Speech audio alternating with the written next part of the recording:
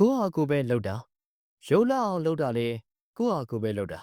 အယုံဆိုးအောင်လုပ်တာကလည်းကိုယ့်ဟာကိုယ်ပဲလုပ်တာချမ်းသာအောင်လုပ်တာလေကိုယ့်ဟာကိုယ်ပဲလုပ်တာစင်းရင်အောင်လုပ်တာလေကိုယ့်ဟာကိုယ်ပဲလုပ်တာညံကောင်းအောင်လုပ်တာလေကိုယ့်ဟာကိုယ်ပဲလုပ်တာညံလေးအောင်လုပ်တာလေကိုယ့်ဟာကိုယ်ပဲလုပ်တာအပေကြောင်အောင်လုပ်တာလေကိုယ့်ဟာကိုယ်ပဲလုပ်တာကိုယ်တရခံအောင်ကိုယ်ပဲကိုယ်ပိုင်တရားပြည့်စုံဖို့လိုရင်ဘဝကိုအခြေအနေအခက်ခဲကိုလွတ်ခဲ့တဲ့ကောင်းမှုကုသိုလ်တရားကလွဲလို့ဘယ်သူမှဖြေရှင်းပေးနိုင်ဘူးကိုယ့်အခက်ခဲကိုကိုယ့်ဟာကိုယ်ပဲဖြေရှင်းရမှာဖြစ်လို့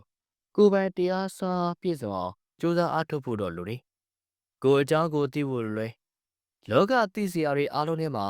ကိုယ်အကြောင်းကိုသိဖို့ကအရေးကြီးဆုံးကိုယ်အကြောင်းကိုသိမှကိုယ်အလုပ်ကိုလုပ်မှဖြစ်မှာ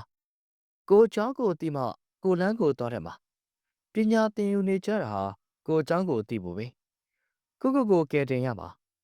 ကိုကယ်တင်ရမယ့်အရာမှာကုသိုလ်ကောင်းမှုတရားကလွဲလို့အကြာဘာဆိုဘာမှမရှိကောင်းမှုတရားကိုအချိန်မီပြုလို့ကြိုးစားဖို့လိုတယ်ကောင်းမှုဆိုတာကိုယ်စိတ်နှံတဲ့လောက်သာရရှိနိုင်တဲ့အရာမျိုးဖြစ်တယ်ကောင်းမှုတိုးအောင်နေ့စဉ်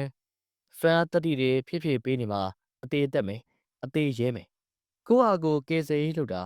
ကောင်းမှုကုသိုလ်တွေပြုလုပ်တယ်ဆိုတာကိုယ့်ဟာကိုယ်ကယ်ဆယ်ရေးလုပ်တာ